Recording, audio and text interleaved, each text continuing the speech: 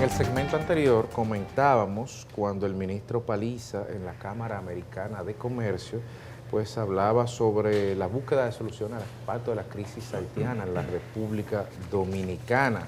Y vimos la opinión de algunos sectores empresariales y dirigentes gremiales y del empresariado dominicano en torno a la necesidad de organizar la migración y regularizar la migración dominicana, haitiana, perdón. En los últimos días hemos visto opiniones de diferentes gremios y en el día de hoy está con nosotros Anneri Meléndez, presidenta de la Asociación Dominicana de Constructores y Promotores de Vivienda, ACOPROVI, y Eliseo Christopher, presidente de la Confederación Dominicana de Micro, Pequeñas y Medianas Empresas de la Construcción, COPIMECOM. Y hoy vamos a hablar sobre la mano de obra haitiana, pero sobre todo de cómo sustituirla por mano de obra dominicana. Buenos días, gracias por estar aquí. Muy buenos días, la verdad que es una distinción poder acompañarles y bueno, un gran saludo también a todos los que nos sintonizan. ¿Podemos sustituir en términos reales la mano de obra haitiana en los sectores que domina su presencia por mano de obra dominicana o podemos reducirla tecnificándola con la implementación de tecnologías y equipos? La realidad es que sí, es posible avanzar en ese camino. Sin embargo, hay que identificar en cuáles partidas es que estamos conversando, ¿verdad? Sabemos que dentro de la construcción existen diferentes etapas. Hay una etapa inicial que es mucho más rudimentaria, que son labores todavía menos tecnificadas, y hay una parte ya un poco más final, que es la parte de terminación, la parte de acabados. En la parte inicial es una realidad no nacional, no solo nacional, sino internacional, que son los inmigrantes los que realizan esas labores en la mayor parte de los países. Y tiene un sentido, es una labor bastante, como dijimos, rudimentaria, una labor básica, que no se necesita un nivel de conocimiento, de tecnificación, o mejor dicho, de académico, de alguna técnica, para poder ejecutarla. Y no es la preferencia del local, y en este caso el dominicano.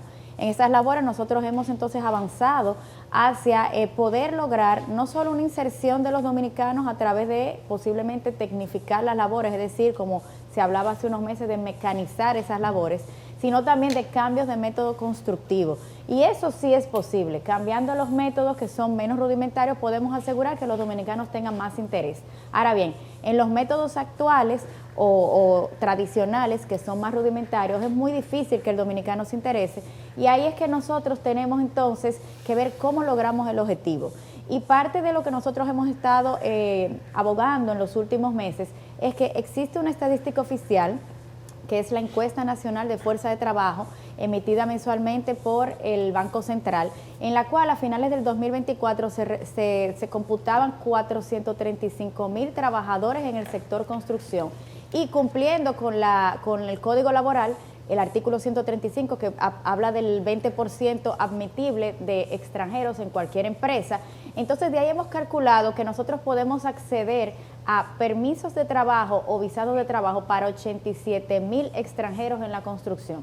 Entendemos que es algo viable, es algo sostenible, es algo que está de hecho bajo el marco normativo y que no necesitamos de ninguna manera que se haga una ley nueva, que se modifiquen las leyes actuales.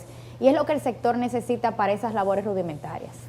Eliseo, me gustaría conocer, además, si ustedes comparten esa cifra de 87,000 que necesitarían en función de los datos que ha dado ACOPROVI, y si las deportaciones que está haciendo el gobierno mucho más intensas en los últimos meses, semanas, días, les ha impactado en el sector de la construcción y cuándo. Mira, nosotros definitivamente entendemos que sí se puede dominicanizar la mano de obra del sector construcción, pero no puede ser de la noche a la mañana. Tiene que ser un plan donde se integren todos los sectores, sector privado, sector público, y tomar acciones a corto, mediano y largo plazo. Definitivamente eso es lo que nosotros hemos venido planteando por años. Hablamos, por ejemplo, de que ciertamente tenemos un número oficial, para contestar de manera directa a la pregunta, de que hacen falta unos 87,000 mano de obra, empleados en el sector de la construcción extranjeros. Pero nosotros podemos señalar lo siguiente: según datos oficiales, la ONED, el Banco Central, hablamos del año recién terminado, hace unos meses, 2024 por ejemplo, 421,000 empleos en el sector construcción, 59,000 son formales. el 85% son informales. Entonces, nosotros decimos que, bueno, respetamos las cifras oficiales, sabemos que están allí, pero hay que ver lo que están diciendo. Cuando hablamos de empleos informales, ¿de qué estamos hablando?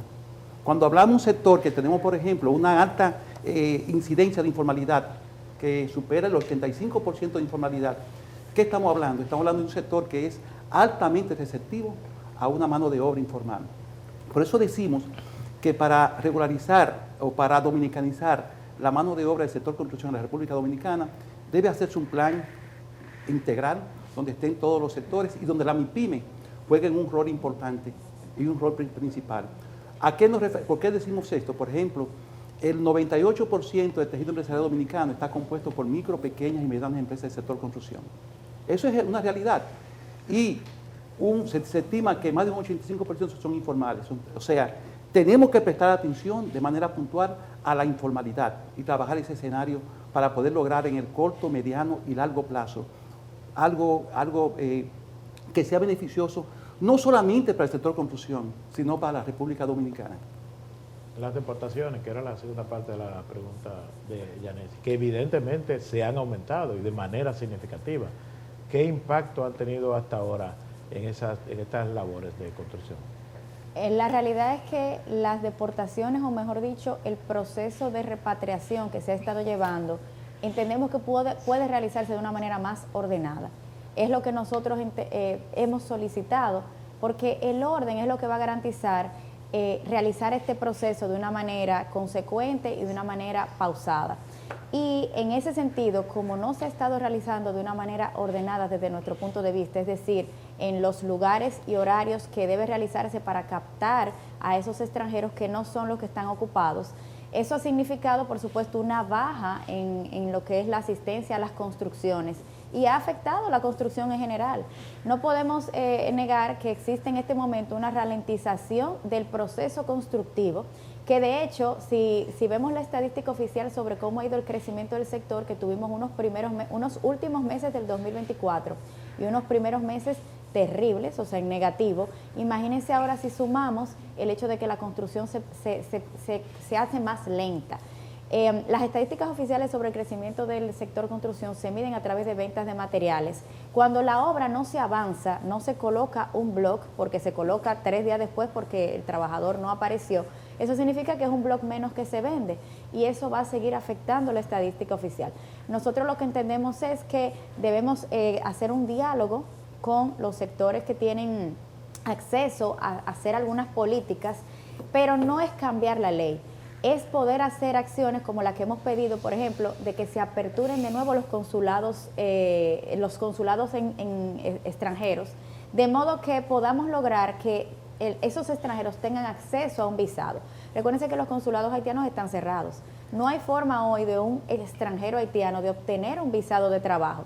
Y el visado de trabajo es el documento que puede lograr que no haya nacionalización, es decir, que no se le dé la nacionalidad dominicana ni al extranjero ni a sus descendientes, que es parte del objetivo de nuestro país.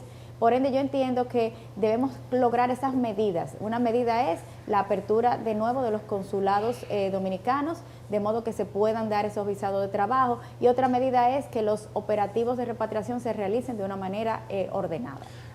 Con relación a eso que señalas de la legalidad, aquí coexisten dos temas, que es la realidad cruda que señalas desde la perspectiva del sector económico y su economía ordinaria y el efecto derrame que tiene la construcción en toda la industria, pero eso choca con un marco jurídico que está ahí. Tú señalas, por ejemplo, el marco legal, cuando tú vas al artículo 70 de la ley 285, para la regularización de trabajadores temporeros, lo primero que te pide es el formulario hecho en la oficina consular del país de origen.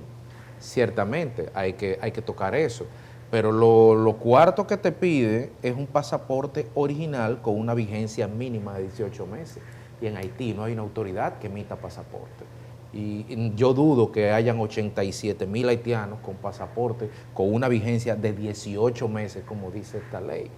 Eso por un lado. Entonces, frente a esos requisitos que está ahí en un marco jurídico que no se puede modificar, inclusive haciendo un plan de regularización que sería por decreto, que no podría modificar los reglamentos que tiene esta ley, ¿cómo cómo ustedes pueden contribuir a, digamos, a regularizar a personas que de origen en su país no están regularizadas.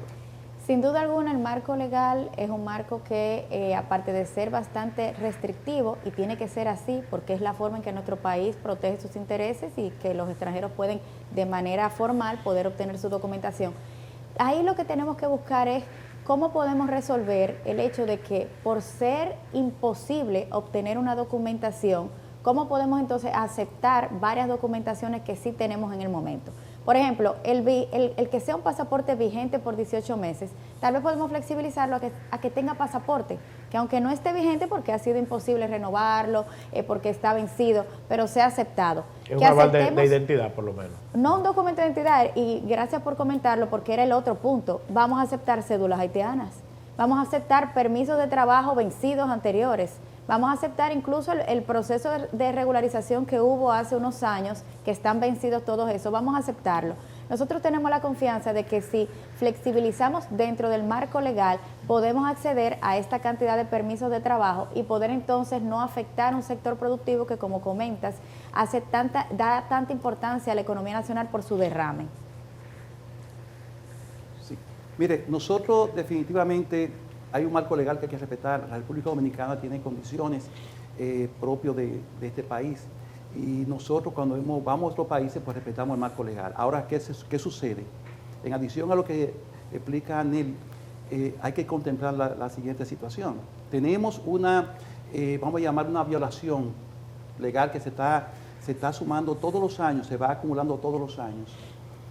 Decenas de acciones que van dirigidas precisamente a la informalidad. El día de hoy vemos, por ejemplo, cómo el sector construcción depende de la mano de obra prácticamente extranjera. Pero no solamente el sector construcción, hay otros sectores más que también que tienen esa necesidad. Hablemos de turismo y hablemos incluso muchas amas de casa que están trabajando, que son extranjeras en la República Dominicana. Respetamos el marco legal, entendemos que debemos respetar esa situación, pero entonces nosotros que en uno de los programas que me entrevistaban el día pasado, nosotros decíamos lo siguiente: es verdad que tenemos en algunos momentos que asimilar una inestabilidad en el sector por condiciones X, pero nosotros los constructores que a veces se nos acaban en las redes, que son pro-haitianos, están trabajando a favor de los haitianos, que están defendiendo situaciones, pero nosotros lo que hacemos es sencillamente construir. ¿Y qué nosotros usamos? Lo que tenemos disponible, lamentablemente. Nosotros estamos haciendo país desde nuestro sector, construcción. Ahora, atendiendo ese marco legal que usted está planteando, le hago un ejemplo sencillo. Vamos a atender el marco legal. Sencillo. El día de hoy, prescindimos de la mano de obra extranjera en la República Dominicana. ¿Qué sucede? ¿Qué va a pasar? ¿Qué pasa con el sector construcción? ¿Qué pasa con otros sectores más? Señores, se paraliza el país. Entonces, hay que buscar mecanismos. Reitero, tengo años diciéndolo, reitero, a corto, a mediano y a largo plazo. No buscar mecanismos para resolver ahora, con depreciaciones y demás, no. Buscar mecanismos que sean efectivos y que sean consensuados con todos los sectores y buscar la forma de que obtengamos resultados, pero no es de manera inmediata. Hay una convocatoria al Consejo Económico y Social donde se ha planteado que estos temas, estas inquietudes de ustedes van a ser discutidas y que se espera que pueda haber una solución consensuada allí. ¿A ustedes los han contactado desde el CES o desde el gobierno y ustedes han canalizado estas inquietudes? Y si ya ustedes les han comunicado, ¿cuál sería la fecha posible de convocatoria? Sí, ACOPROVI es el designado dentro del Consejo Económico Social para representar el sector construcción. Hemos sido contactados, hemos ido de hecho en varias ocasiones y se han hecho varias convocatorias y hay una que viene próximamente. Aquí lo importante comentar es que no podemos ir con la mano vacía, nosotros vamos con una propuesta y nuestra propuesta va dentro del marco legal actual. Y las únicas, vamos a decir, concesiones, pero dentro del mismo marco legal actual, es que aperturen los consulados, que den la posibilidad de que se obtengan esos permisos de trabajo. Y por ahí empezamos. Posiblemente haya que flexibilizar, bueno, que el pasaporte tal vez no esté vigente, pero es porque hay una imposibilidad de que esté vigente. Nosotros entendemos que bajo ese esquema y también por una iniciativa que tiene ACOPROVI, que se llama Construyendo RD.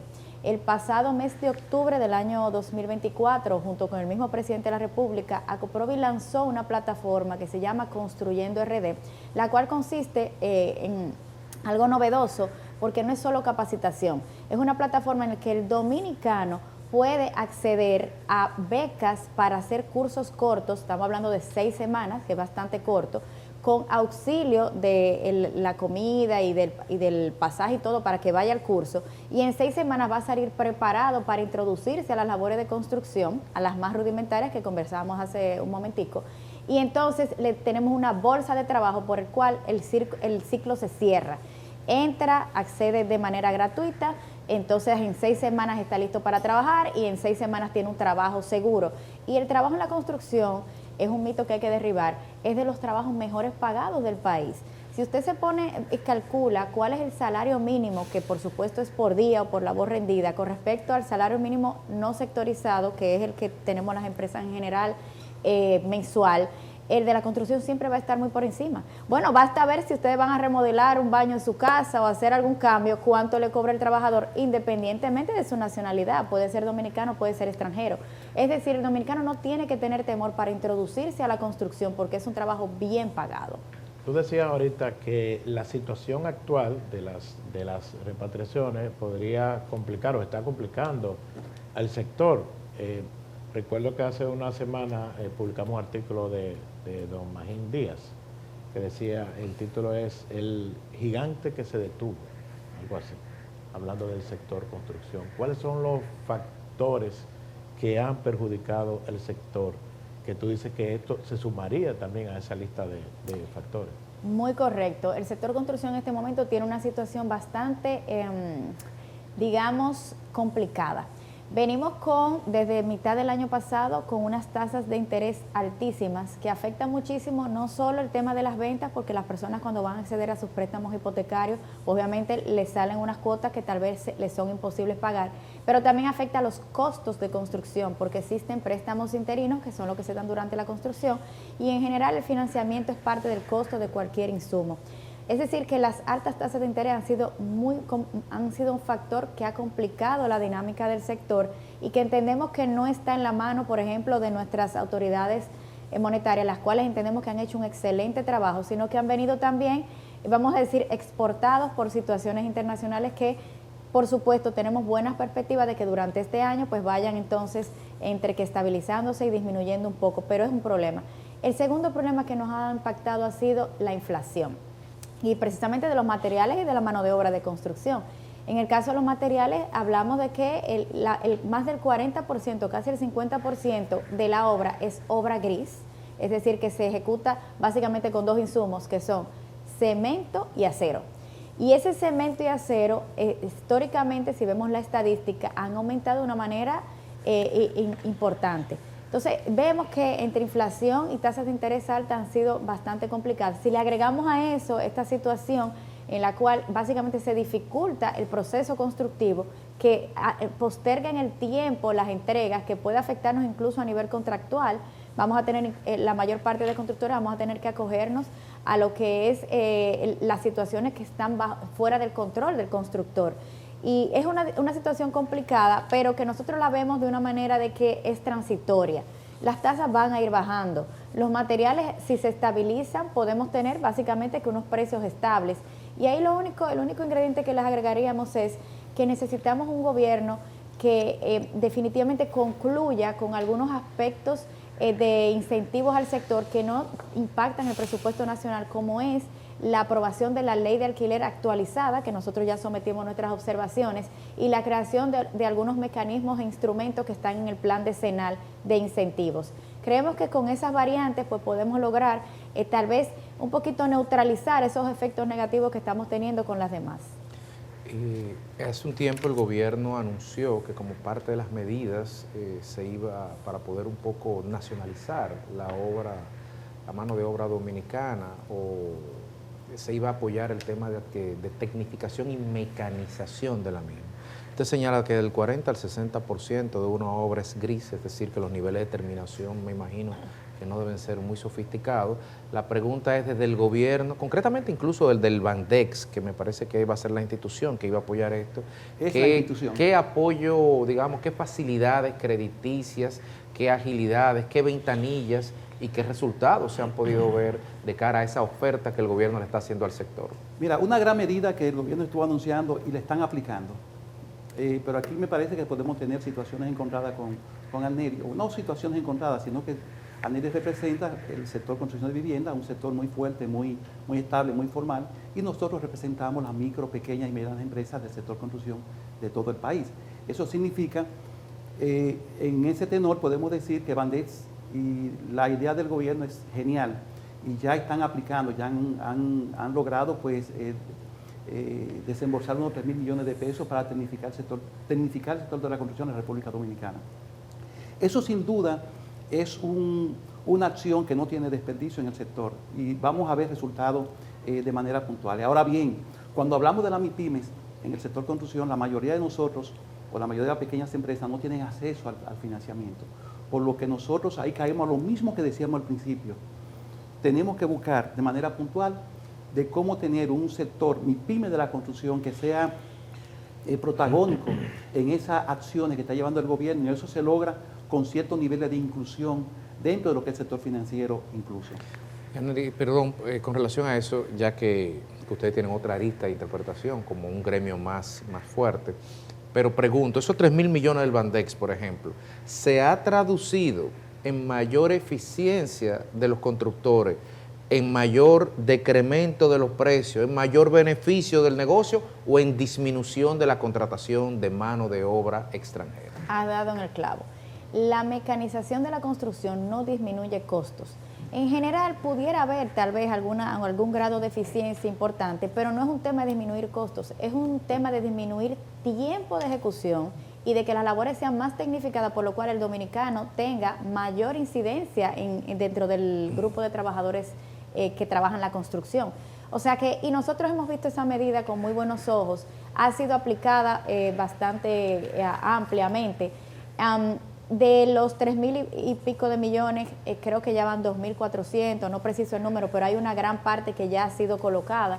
Y esa colocación ha impactado positivamente a los sectores de construcción porque ha sido para la compra de maquinarias.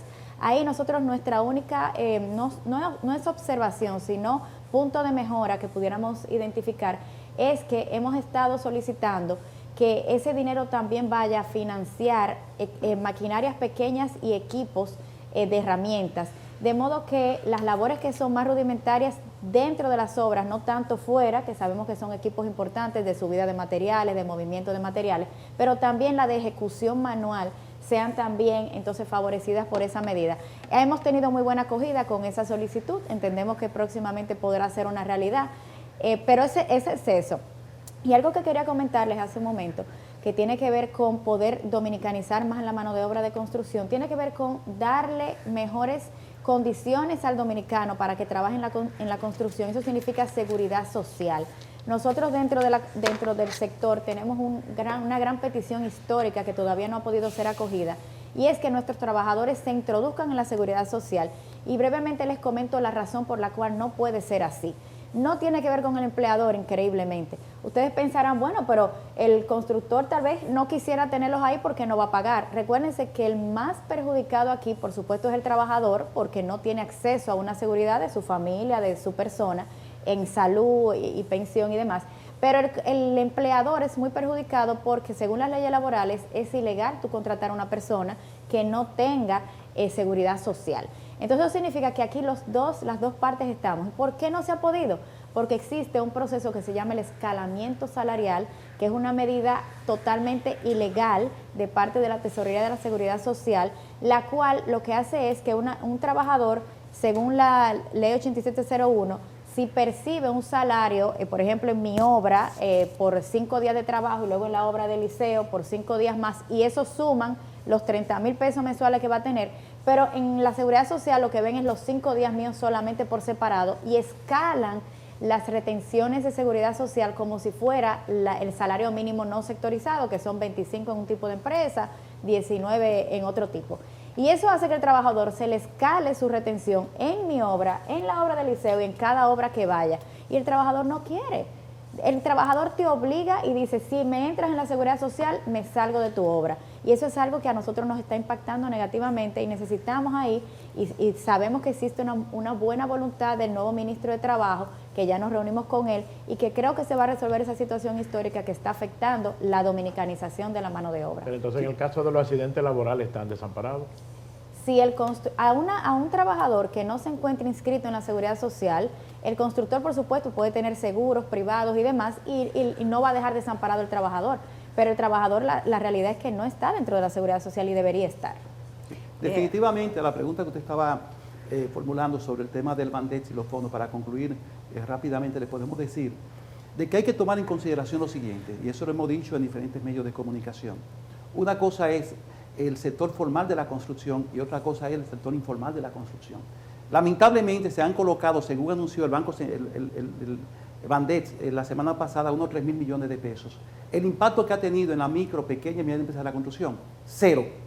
Entonces nosotros ahí llamamos alerta a los organismos que están haciendo ese tipo de gestiones y que están buscando la forma de mecanizar el sector de la construcción. Señores, hay que ver los aportes que han hecho los constructores aquí en el casco urbano. Hay que ver cómo crecen en el casco urbano las construcciones.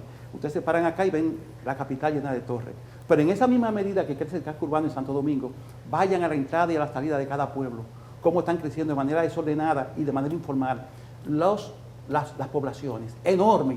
Por cada edificio que se hace aquí, son cientos de viviendas que se construyen o miles de viviendas que se construyen en el país de manera informal. Entonces, hay que buscar mecanismos de una inclusión financiera de las micro, pequeñas y medianas empresas de la construcción.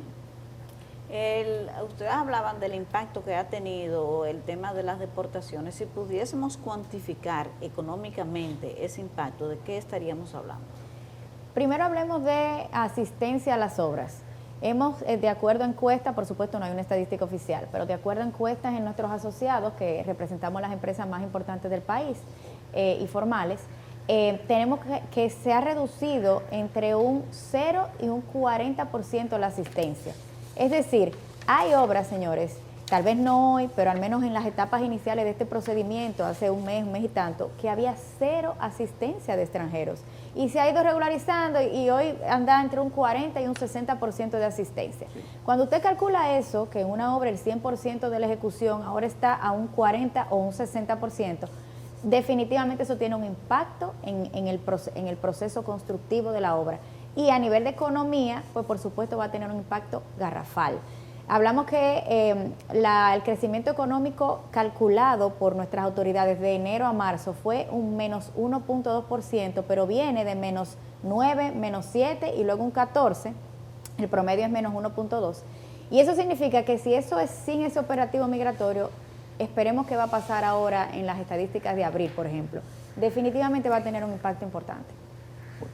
Sí, definitivamente se ha sentido en la construcción y tenemos ahí algunos temores porque precisamente cuando una construcción se puede hacer en 6 meses y se va a hacer en 8 meses o 10 años o un año, automáticamente aumentan por mucho el costo de la construcción. Ahí tenemos situaciones en todo el país porque hemos recorrido y hemos visto algunos son despatriados y otros pues se esconden porque tienen temor a que lo persigan y demás. Bueno, pues muchas gracias a Neri Menéndez, presidenta de Acoprovi, y Eliseo Christopher, presidente de Copimecon, por estar aquí con nosotros el día de hoy, por extendernos sus preocupaciones y también las sugerencias del sector para afrontar este desafío país. Muchísimas gracias. Muchas gracias a ustedes.